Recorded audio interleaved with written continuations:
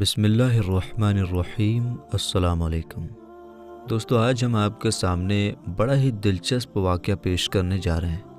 ये वाक़या हज़रत आदम अलैहिस्सलाम की 2 औलादों का है।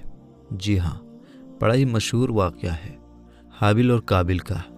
इस वीडियो में हमें पता चलेगा कि इस दुनिया में सबसे पहला कत्ल करने वाला और कत्ल होने वाला शख्स कौन है, और हज़रत आदम अलैहिस्सलाम के बेटों के बीच ये झगड़ा किस चीज़ का था कि जिसकी वजह से एक बेटे ने दूसरे बेटे को कत्ल कर दिया।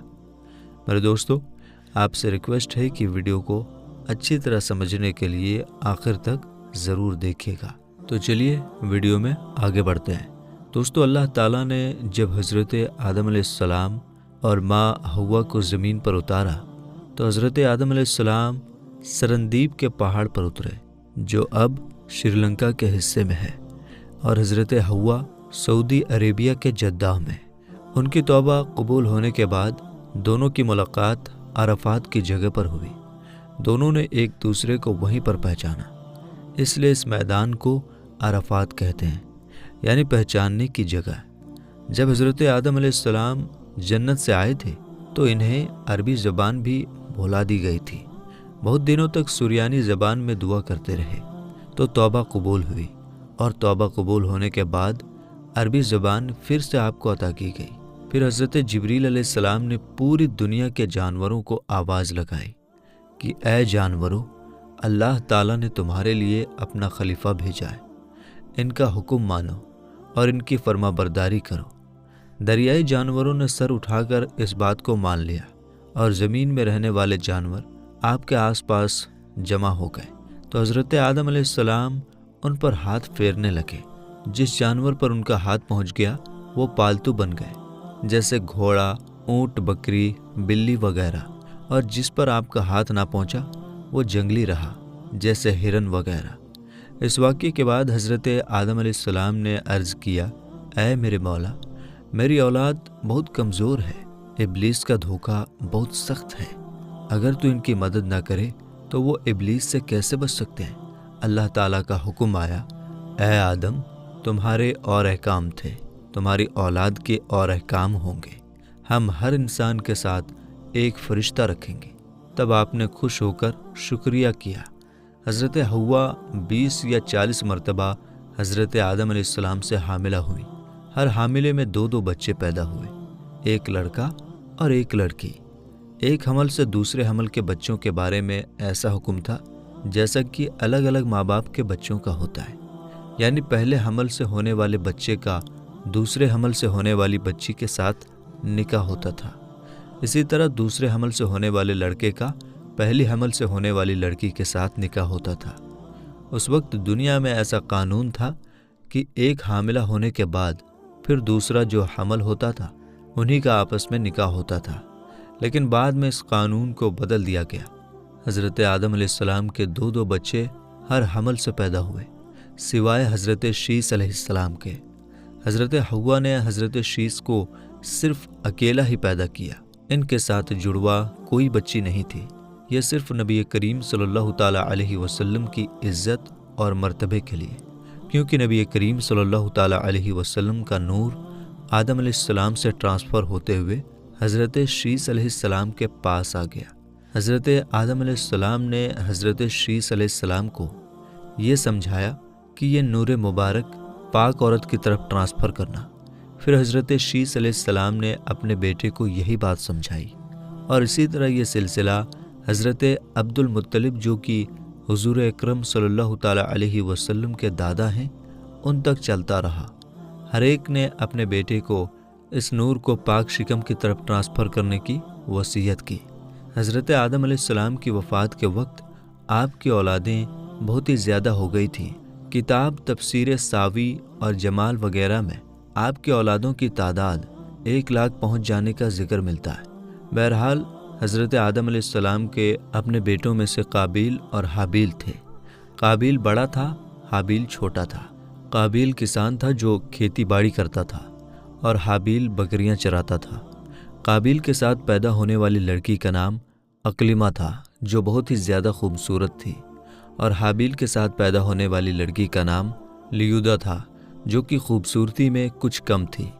حضرت آدم علیہ السلام کی شریعت کے قانون کے مطابق قابیل کے ساتھ پیدا ہونے والی لڑکی کا نکاح حابیل سے اور حابیل کے ساتھ پیدا ہونے والی لڑکی کا نکاح قابیل سے ہونا تھا، لیکن قابیل نے ایسا کرنے سے انکار کر دیا۔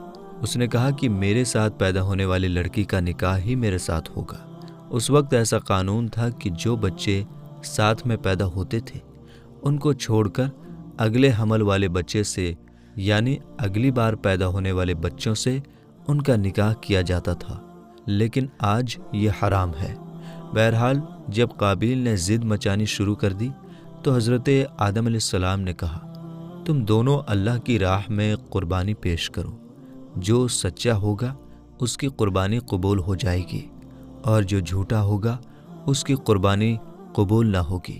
اس وقت قبولیت کی یہ نشانی تھی، یعنی اس وقت قبولیت ایسے ہوتی تھی کہ جس کی قربانی قبول ہونے کو ہوتی تو اسے قدرتی طور پر آنے والی آگ کھا جاتی، اور جو قبول نہ ہوتی اسے آگ نہیں کھاتی تھی۔ قابیل نے ایک ایک ڈھیر گیہوں اور حابیل نے ایک بکری یا دمبا اللہ کی راہ میں پیش کیا۔ دونوں نے یہ کہہ کر قربانی پیش کی کہ اے اللہ، جو اقلیمہ کا زیادہ حقدار ہے اس کی قربانی قبول فرما۔ آسمانی آگ نے حابیل کے صدقے کو کھا کر قبولیت بخش دی اور قابیل کے صدقے کو نہیں کھایا۔ قابیل کے دل میں دشمنی، بغض اور کینہ بھڑک اٹھا۔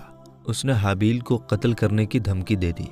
اللہ تعالیٰ نے اس واقعے کو قرآن مجید کی سورہ مائدہ آیت نمبر 27 میں ارشاد فرمایا۔ ترجمہ: اور انہیں پکڑ کر سناؤ آدم کے 2 بیٹوں کی سچی خبر۔ جب دونوں نے ایک ایک نیاز پیش کی تو ایک کیوں قبول ہوئی اور دوسرے کی قبول نہ ہوئی تو بولا، قسم ہے میں تجھے قتل کر دوں گا۔ کہا، اللہ اسی سے قبول کرتا ہے جسے ڈر ہے۔ بے شک اگر تو اپنا ہاتھ مجھ پر بڑھائے گا کہ مجھے قتل کرے تو میں اپنا ہاتھ تجھ پر نہ بڑھاؤں گا کہ تجھے قتل کروں۔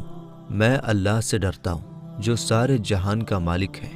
میں تو یہ چاہتا ہوں کہ میرا اور تیرا گناہ تیرے ہی پلہ پڑے، تو دوزخی ہو جائے، اور بے انصافوں کی یہی سزا ہے۔ آخرکار قابیل نے حابیل کو قتل کر ہی دیا۔ آدم علیہ السلام مکہ شریف گئے ہوئے تھے۔ قابیل نے حضرت آدم علیہ السلام کی غیر موجودگی میں اپنے بھائی حابیل کو قتل کر دیا۔ یہ دنیا کا پہلا قتل تھا، اس لیے قابیل جانتا نہیں تھا کہ وہ اپنے بھائی کو کیسے قتل کرے۔ تو شیطان لعین نے اس کے سامنے ایک پرندے کا سر پتھر پر رکھ کر دوسرے پتھر سے کچل دیا۔ قابیل کو پتہ چل گیا کہ اس طرح ہی مجھے بھی قتل کرنا ہے۔ حابیل چونکہ بکریاں چراتے تھے، ایک درخت کے نیچے سوئے ہوئے تھے۔ قابیل نے ان کے سر پر پتھر مارا اور انہیں قتل کر دیا۔ اس وقت حابیل کی عمر 20 سال تھی۔ عبد الرحمن بن فضالہ سے مروی ہے کہ جب قابیل نے حابیل کو قتل کر دیا تو اس کی عقل ختم ہو گئی، یعنی دل میں سمجھنے کی صلاحیت ختم ہو گئی۔ اسی طرح پاگل ہی رہا۔ قتل کرنے کے پہلے رنگ اس کا سفید تھا اور قتل کے بعد اس کا تمام جسم کالا ہو گیا۔ حضرت آدم علیہ السلام نے مکہ مکرمہ کی سرزمین سے واپس ہونے پر قابیل سے پوچھا، تمہارا بھائی کہاں ہے؟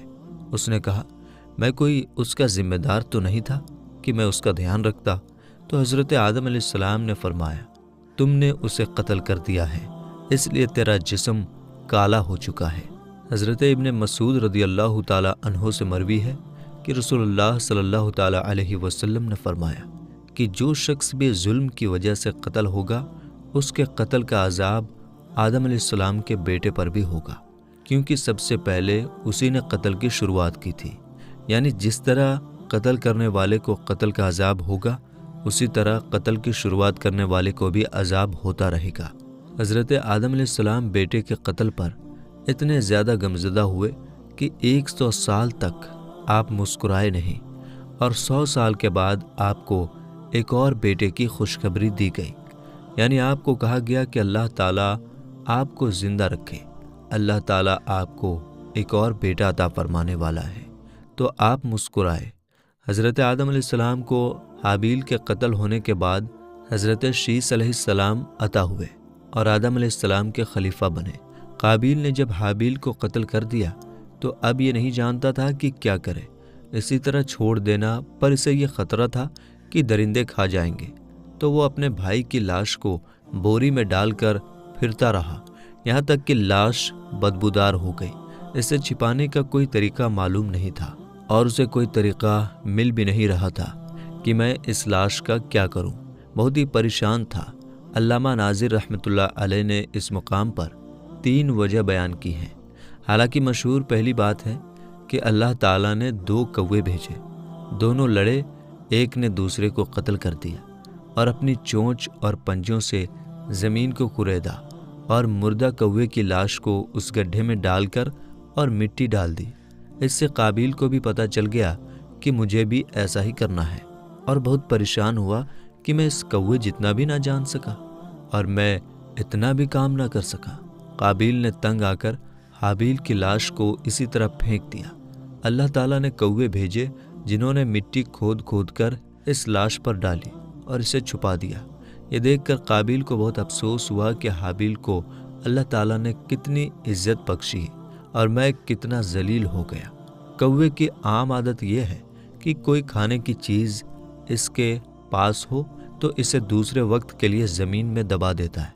इसने जब किसी चीज़ को ज़मीन में छुपाया तो काबिल को पता चल गया कि मुझे अपने भाई की लाश को ऐसे ही छुपाना है और साथ साथ कौवे से कम इल्म रखने की वजह से बहुत परेशान भी हुआ कि मुझसे तो कौवा ही अच्छा है जिसे चीज़ों को छुपाना आता है।